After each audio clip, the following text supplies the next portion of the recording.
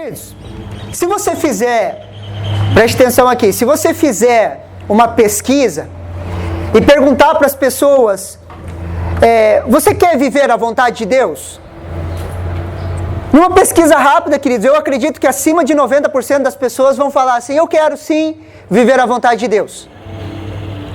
A maioria das pessoas, queridos, ela vai concordar, sendo evangélico, católico, espírita. Se você perguntar para ela, ela vai falar, eu quero sim viver a vontade de Deus. Só que, se viver a vontade de Deus, queridos, fosse algo tão simples, todas as pessoas estariam vivendo, sim ou não? Inclusive nós. Porque o desejo do nosso coração, queridos, é sim viver a vontade de Deus. É sim viver aquilo que Deus tem planejado para nós. E isso está na maioria das pessoas. Só que quando nós vamos ver as Escrituras, queridos, nós vemos que Deus, Ele tem uma vontade para nós. E o tema da minha mensagem hoje é vivendo a vontade de Deus. E eu gostaria que você abrisse comigo em Romanos, capítulo 12, versículo 1 e 2. Carta aos Romanos, versículo 12, capítulo 12, versículo 1 e 2. Glória a Deus. A palavra de Deus fala assim: rogo-vos, pois, irmãos, pela misericórdia de Deus, que apresentai os vossos corpos por sacrifício vivo, santo e agradável a Deus, que é o vosso culto racional. E não vos conformeis com esse século, mas transformai-vos pela renovação da vossa mente, para que experimente qual seja a boa, agradável e perfeita vontade de Deus. Qual que é a vontade de Deus, queridos, para as nossas vidas? Ela é boa, agradável e perfeita, amém? Ela é boa, agradável e perfeita. Ela é boa, queridos, porque Deus é bom. Ela é agradável, uma melhor tradução para agradável, queridos, seria aceitável. Ela é aceitável porque Deus é soberano sobre as nossas vidas. E ela é perfeita porque Deus é perfeito. Essa é a vontade de Deus para mim e para você, em todas as áreas da nossa vida, para as nossas famílias, para os nossos empregos, para os nossos negócios. A vontade de Deus, ela é boa, perfeita e agradável. Jeremias capítulo 29, versículo 11, a palavra de Deus fala assim: eu é que sei que pensamentos tenho a vosso respeito, diz o Senhor, pensamentos de paz e não de mal, para vos dar um fim que desejais. Então os pensamentos de Deus para as nossas vidas, queridos, eles são pensamentos de paz e não de mal. Deus, Ele nunca olha para você e fala assim, eu vou fazer uma sacanagem com ele. Você pode ter certeza que não. Deus, Ele não faz isso. O pensamento, queridos, os pensamentos de Deus a nosso respeito são pensamentos de paz e não de mal. Amém? A vontade de Deus, queridos, ela se manifesta nas nossas vidas de forma automática? Você acha que a vontade de Deus, ela se manifesta na nossa vida de forma automática? A resposta é não, queridos. A vontade de Deus, ela não se manifesta em nossas vidas de forma automática. Ela não acontece se não tiver uma ação ou uma resposta positiva nossa. A vontade de Deus, queridos, ela não se manifesta nas nossas vidas de forma automática. A pergunta que pode nos vir é como viver a vontade de Deus. E eu quero tratar alguns pontos a respeito disso de forma rápida com vocês. Primeiro ponto, queridos, praticando as orientações que nós recebemos. Queridos, nós precisamos viver aquilo que nós cremos. Eu e você precisamos nos desafiar a viver aquilo que nós cremos. Você crê que Deus é bom, sim ou não? Sim. Se eu creio que Deus é bom, quando as coisas estão meio difíceis ao meu redor, eu não posso culpar a Deus. E geralmente nós fazemos isso. Nós precisamos trabalhar no nosso coração, queridos, para a gente viver aquilo que nós cremos. É a praxis, ou entendimento de praxis romanas, queridos, que é a teoria mais a prática. Tiago, capítulo 1, versículo 22, a palavra de Deus fala assim, ó. Tornai-vos, pois, praticantes da palavra, e não somente ouvindo, enganando-vos a vós mesmos. Nós precisamos, queridos, nos tornar praticantes da palavra, praticar a palavra, praticar aquilo que nós estamos entendendo de Deus. Quando não praticamos a palavra, queridos, nós caímos num engano, nós enganamos a nós mesmos, começamos a enganar a nós mesmos. O pior, queridos, não é o não ter, é o não ter e achar que tem. É o não ter e achar que tem. Ontem nós estávamos escutando um testemunho no grupo familiar e a pessoa testemunhava assim que ela, por muito tempo eu achei que eu tinha, por muito tempo eu achei que eu era de Jesus. Mas depois eu vou entender que não, eu tive uma experiência com Deus muito mais tarde do que eu achava que eu já tinha aquilo que eu não tinha. E com muitos de nós acontece isso, queridos. Nós achamos que temos, nós achamos que somos, só que a nossa prática diária mostra o contrário. Não, pastor, eu sou de Jesus, mas a minha prática diária, ela me mostra que eu não sou. O pior não é o não ter, queridos, o pior é não ter e achar que tem. Às vezes você está conversando com a pessoa, ela fala, eu sou crente, pastor. E as práticas dela mostram que ela não é. E nós precisamos, queridos, começar a praticar aquilo que nós temos aprendido. Não adianta nos enchermos de informação da palavra de Deus, nos enchermos de conhecimento ou de informação da palavra de Deus. Pastor, eu vejo 7, 8 mensagens durante a semana na internet, faço congresso, faço curso. Está enchendo a cabeça de informação. Sendo que nós precisamos receber a palavra, ruminar, digerir ela e praticar a palavra de Deus. E quando eu pratico a palavra de Deus, a vontade de Deus, ela começa a se estabelecer na minha vida. Você consegue me entender? Quando eu pratico, eu começo a viver a palavra de Deus. Vamos voltar ao texto de Romanos. Romanos 12, capítulo 1, ele fala assim: rogo-vos, pois, irmãos, pela misericórdia de Deus, que apresentei os vossos corpos por sacrifício vivo, santo e agradável a Deus, que é o vosso culto racional. Para experimentarmos a vontade de Deus, queridos, muitas vezes nós precisamos apresentar os nossos corpos como sacrifício vivo, santo e agradável a Deus. Precisamos, muitas vezes, sacrificar o nosso corpo, que é o nosso culto racional. Quer ver um exemplo simples? Às vezes você está morrendo de preguiça. Você está morrendo de preguiça, teu corpo está falando, fica deitado no sofá, comendo uma pipoca e assistindo o Globo Esporte, não vai no culto não. Ou o Esporte Espetacular que passa hoje de manhã, né? Nesse frio, o que você vai fazer lá? Fica em casa.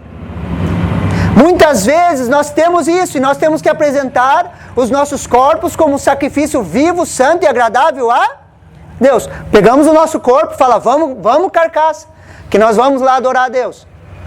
Às vezes nós chegamos no culto, queridos, nós estamos desanimados, tristes, abatidos ou passamos uma semana ruim e a gente chega no culto como? Assim, né? Ó céus, ó vida. Quando o louvor começa, queridos, talvez você não queira levantar as suas mãos, talvez você não queira se expressar. Só que daí você oferece um culto racional a Deus. E o culto racional é simples, queridos. Eu passei uma semana extremamente difícil. Parece que eu briguei com Satanás os 7 dias da semana. Só que eu entro no culto, quando nós estamos louvando a Deus, o que você faz? Um culto racional. Não importa a minha semana, Deus é maior do que eu e eu vou oferecer adoração a Ele. E quando você oferece adoração a Ele, Deus vai trabalhando no seu interior. Só que nós precisamos oferecer os nossos corpos como sacrifício vivo, santo e agradável a Deus. Às vezes é levantando a mão, às vezes é cantando, às vezes é se expressando. Às vezes no nosso carro você está ouvindo louvor, você está teve uma semana ruim, você começa só a cantar, queridos, oferecer o seu corpo como sacrifício vivo, santo a Deus. Você começa a cantar, Deus já começa a ministrar o seu coração. Amém? Quando nós fazemos isso, queridos, nós começamos a experimentar a boa, a perfeita e agradável vontade de Deus. E Paulo continua e ele fala assim: não vos conformeis com este século. Queridos, para nós começarmos a renovar a nossa mente, queridos, em primeira instância, nós precisamos não nos conformar com esse século. Algumas traduções vão colocar assim: não vos conformeis com este mundo. Queridos, existe um sistema invisível. Existe um sistema desse mundo invisível, queridos, que ele é formado por ideias, por filosofias. E esse sistema, ele forma a cultura. Esse sistema, ele forma uma cultura. E é isso que Paulo está falando. Ele está falando assim, ó: não vos conformeis com este mundo. Não se conforme com esse sistema, com a maneira de pensar desse sistema, com a maneira de agir com esse sistema. Não se conforme com a cultura deste mundo. O que é cultura? Cultura significa todo aquele complexo que inclui o conhecimento, as artes, a crença, a lei, a moral, os costumes e todos os hábitos e aptidões adquiridas pelo ser humano, não somente em família, como também por fazer parte de uma sociedade a qual ele é membro. Então existe uma cultura deste mundo, amém? E a Bíblia nos orienta a não nos conformarmos com essa cultura, queridos. Uma maneira de viver, de pensar e de agir. E a palavra de Deus está falando: não se conforme com essa maneira de viver. Não se conforme. O processo de renovação da mente, ele se inicia quando eu não me conformo com esse mundo. Eu não me conformo com os costumes, com os hábitos deste mundo. Pastor, mas no meu ramo de trabalho todo mundo mente.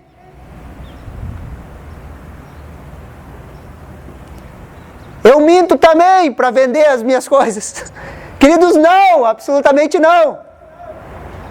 Nós não nos conformamos com este mundo. Pastor, mas todo homem vê pornografia. Não, queridos, isso não é verdade. Isso é costume padrão deste mundo. É padrão deste mundo. Nós precisamos não nos conformar. Nós precisamos ficar inconformados, queridos. Essa palavra conformado, queridos, no grego, ela vai dar a entender não se moldar de acordo com, não se colocar em um molde. Ok? Essa palavra, não vos conformeis, no grego, é não se colocar no molde. Então, queridos, eu e você, como filhos de Deus, nós não nos colocamos no molde desse mundo. Nós não nos moldamos conforme a cultura desse mundo. Se todo mundo mente, você vai ser aquele que fala a verdade, vai transferir luz para onde há trevas. Se todo mundo engana, todo mundo passa o outro para trás, nós não nos conformamos com esse estilo de vida. Nós vivemos de forma diferente. Nós não nos moldamos. Eu e você, queridos, nós estamos nesse mundo, mas nós não somos desse mundo. Eu e você fomos chamados para implantar uma nova cultura aonde estamos. Nós não nos conformamos com esse mundo. Nós não nos conformamos com a cultura desse mundo. Eu e você trazemos a cultura dos céus e implantamos ela sobre a terra. Essa é a manifestação dos filhos de Deus. Por isso que Paulo vai falar que a ardente expectativa da criação aguarda a manifestação dos filhos de Deus. Em um ambiente onde todo mundo mente, eu e você falamos a verdade. Nós não nos conformamos com esse mundo. Daí Paulo continua: mas transformai-vos pela renovação da vossa mente. A palavra transformai-vos, queridos, é metamorfose. É o mesmo processo que a borboleta passa, de lagarta para borboleta. É a metamorfose, a transformação. onde nós mudamos de forma, nós nos transformamos, nós nos transfiguramos à imagem de Jesus. E esse processo se chama metamorfose, onde nós vamos sendo transformados pela renovação da nossa mente. O novo nascimento, queridos, ele não é o fim das coisas, ele é o início delas. Quando eu e você nascemos de novo, queridos, nós iniciamos uma nova caminhada. Todas as vezes que nós fazemos o apelo e uma pessoa fala, eu quero aceitar a Jesus como meu único e suficiente Salvador, ela recebe a Jesus, ela nasce de novo, aquilo se inicia uma nova jornada, uma nova caminhada, onde nós somos conduzidos às boas obras. As obras, queridos, elas não nos trazem salvação, mas a salvação em nós nos leva às boas obras. Todas as pessoas que nasceram de novo, nasceram do Espírito, elas são conduzidas às boas obras. Efésios capítulo 2, versículo 10, a palavra de Deus fala assim: pois somos feitura dele, criados em Cristo Jesus para as boas obras, as quais Deus de antemão preparou para que nós andássemos nela. As boas obras, queridos, são as obras de uma mente renovada, de uma mente transformada pela palavra de Deus.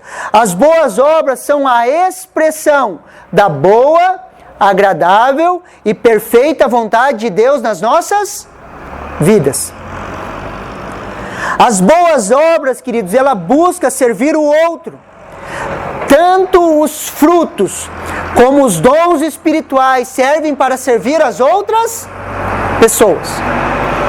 Quando nós nascemos de novo, renovamos a nossa mente, queridos, nós entendemos que tudo aquilo que nós temos e somos é para servir as pessoas. E se você for ver, os frutos do Espírito e os dons espirituais, eles são para servir a outra pessoa. Veja um exemplo simples. Um dos frutos do Espírito é a bondade. Amém? A bondade serve para servir a minha vida ou a do próximo? A do próximo. Quando eu manifesto o fruto da bondade, eu estou sendo bondoso com a outra pessoa, eu estou servindo ela com o fruto do Espírito. E quando eu entendo isso, queridos, eu começo a entender que eu não sou o centro. Eu e você, nós não somos o centro, queridos. Preste muita atenção nisso. Eu e você, nós não somos o centro. Quando falamos de boas obras, queridos, nós precisamos entender isso, nós não somos o centro. Jesus é o centro. Quando eu vivo uma vida no centro, queridos, eu vivo uma vida egocêntrica. O meu ego, o meu eu, o meu desejo no centro da minha vida. Uma vida egocêntrica. Uma vida de uma pessoa que não renovou a sua mente. Onde ela é o centro das atenções, a minha dor é mais importante, as minhas dificuldades são mais importantes, tudo que eu passo é mais importante, as minhas calamidades são mais importantes. Consegue me entender? É o meu ego no centro. Uma vida egocêntrica. Sofremos, preste muita atenção, sofremos porque vivemos uma vida egocêntrica. Queridos, é impossível nós vivemos de uma vida de sofrência, queridos, quando nós colocamos Jesus no centro. Porque quando eu coloco Jesus no centro, queridos, a minha vida já não tem mais valor. E daí nós vamos entender o raciocínio de Paulo, presta atenção. Paulo falava assim: já estou crucificado com Cristo. Hoje não sou mais eu quem vive, mas Cristo vive em mim. E a vida que eu vivo na carne, eu vivo pela fé no Filho de Deus. Já estou crucificado com Cristo. Agora já não vivo mais eu. Queridos, quando nós começamos a renovar a nossa mente, queridos, nós começamos a olhar para as pessoas e nós colocamos ela em um nível superior. Amém? É aquilo que Paulo fala em Filipenses. Olhe para o seu próximo e coloque ele como superior. Amém? Quando eu faço isso, as minhas dores não são mais o centro. mas eu começo a me importar com a vida do outro, do próximo. E quando eu faço esse processo, querido, você pode ter certeza, o teu ego ele começa a diminuir e morrer. Você já chutou um cachorro morto? Talvez não. Mas se você chutar um cachorro morto, ele vai revidar? Sim ou não? Não. Se eu estou crucificado com Cristo, eu morri em Cristo. Se alguém me der um tapa na cara, eu vou revidar? Não. Você consegue entender? Nós precisamos morrer para ter vida. Nós precisamos morrer para ter vida. Pastor, isso parece loucura. Isso é o Evangelho, queridos. Isso é o Evangelho. Pastor, então eu tenho que estar nem aí para as minhas dores, para as minhas dificuldades. Não é isso que eu estou falando, queridos. Mas quando você tira um pouquinho os teus olhos das suas dores, das suas dificuldades, e você começa a abençoar pessoas, queridos, a sua mente vai sendo transformada. As suas ações vão sendo transformadas. Porque nós precisamos entender, queridos, que não é só nós que sofremos nessa vida. Quando eu começo a levantar os olhos, queridos, eu tiro os olhos do meu umbigo e começo a levantar os olhos, eu começo a ver que pessoas sofrem ao meu redor. E nós começamos a nos interligar, e nós começamos a ser igreja de verdade, um cuidando do outro. E nós começamos a servir, e quando isso se manifesta nas nossas vidas, queridos, nós começamos a experimentar a boa, perfeita e agradável vontade de Deus. Não existe coisa mais recompensadora, queridos, que você está passando por uma dificuldade, uma dificuldade que tem te sufocado, e você ser bênção na vida de outra pessoa. Jesus estava na cruz, preste atenção, ele estava na cruz, no momento mais difícil da vida dele. No momento de dor intenso, queridos. Ele já estava desidratado, ele tinha apanhado, ele estava muito machucado, e ele estava crucificado. No final da sua vida, queridos, ele olha para o ladrão que o reconheceu e fala: ainda hoje você estará comigo no paraíso. O que ele fez ali? Ele trouxe consolo para outra pessoa, mesmo passando o pior dia da sua vida. Ele foi luz e sal para aquela pessoa.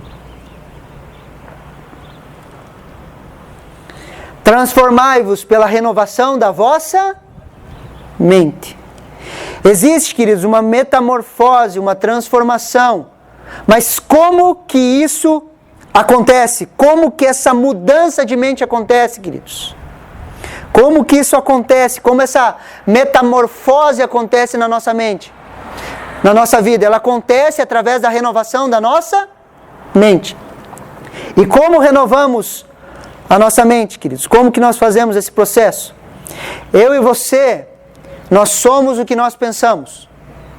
Por mais que você não queira acreditar nisso, você é o que você pensa.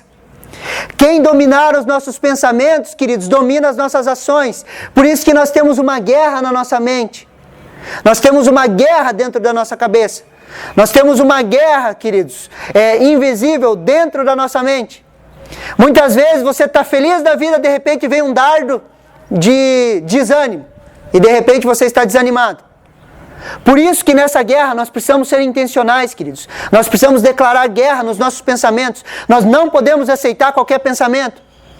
A tua cabeça, queridos, é como se fosse uma antena parabólica, assim, que recebe informações. E a maioria das informações, ela não vem de você. Ela absorve essas informações do reino espiritual. É Deus falando com você e é Satanás tentando te desanimar. E nós precisamos ser intencionais nessa guerra. Nós precisamos começar a aprender a selecionar pensamentos. Pastor, é possível selecionar pensamentos? Lógico que é, queridos. Você pode selecionar os seus pensamentos como você escolhe um produto no supermercado. Quando você vê que um pensamento não vem de Deus, queridos, você tem que automaticamente falar: não, isso não é verdade. Eu descarto esse pensamento. Pensamento de fracasso, de derrota, pastor, eu vou chutar tudo, vou me matar, pastor. Pega esses pensamentos, jogue para o lado e fala: esses pensamentos não são de Deus. Seja intencional no seu pensamento. Comece a trabalhar isso. Para quê? Para que haja uma renovação na sua mente. Para experimentar a boa, perfeita e agradável vontade de Deus, queridos, eu e você precisamos renovar a nossa mente. E como renovamos ela? Através da palavra de Deus. Salmo 119, versículo 105 fala assim: lâmpada para os meus pés é a tua palavra e luz para o meu caminho. Nós precisamos pegar porções da palavra de Deus e meditar nelas, queridos. E essa meditação na palavra de Deus vai renovando a minha mente, vai transformando a minha mente. Quando eu tenho comunhão com Deus, quando eu tenho comunhão com a sua palavra, quando eu tenho comunhão com a igreja, a minha mente vai sendo renovada, vai sendo trabalhada, queridos. E quando eu vou renovando a minha mente, queridos, a palavra de Deus, ela se torna luz para os meus pés, queridos. Ela começa a me mostrar o caminho. Quando nós temos tempo com a palavra de Deus, nós renovamos a nossa mente. Somos transformados à imagem do Filho de Deus. E isso não acontece sem esforço. Billy Graham tem uma frase muito interessante. Billy Graham falava assim: a salvação é de graça, o discipulado custa tudo. A salvação sobre as nossas vidas é de graça, queridos. O discipulado, se tornar discípulo de Jesus, ele custa tudo de nós. Ele vai custar o nosso tempo, o nosso esforço, a nossa luta na nossa mente. Assim como a terra prometida, queridos, era por direito do povo de Deus, mas não era de fato, é sim a renovação da nossa mente. Deus, ele chama o povo, tira o povo do Egito, leva o povo à beira da terra e fala: ó, a terra é de vocês. A terra por direito é de vocês, está aí, é de vocês. Só que agora vocês têm que derrotar os gigantes que estão nela e conquistá-la. Para que a terra de fato se torne deles. A sua mente, as promessas de Deus para a sua vida, elas são suas por direito. Só que elas não são, de fato, elas precisam ser conquistadas. E ela é conquistada através do quê? Da renovação da nossa mente. Consegue me entender? A boa, perfeita e agradável vontade de Deus é por direito sua. Só que ela precisa ser conquistada. E o meu chamado para você hoje, queridos, é de te incentivar a conquistar a boa, perfeita e agradável vontade de Deus para a sua vida. E eu quero te lançar um desafio. Seja intencional nas coisas de Deus. Eu posso te dar um exemplo simples. Quando alguém fala algo que te ofende, seja intencional no perdão. A hora que você sentiu a ofensa, já na hora fale: eu perdoo. Aprenda a ser intencional nas coisas de Deus. Você compreende que Deus te chamou para perdoar as pessoas, sim ou não? Sim. Eu tenho isso dentro de mim. Agora eu vou tornar isso prático. A hora que alguém falar algo que me ofende, na hora eu já vou falar: eu perdoo, em nome de Jesus, eu libero o perdão. Eu estou sendo intencional. Vamos conquistar a terra, queridos? Amém? Você recebe essa palavra no seu coração? Vamos orar?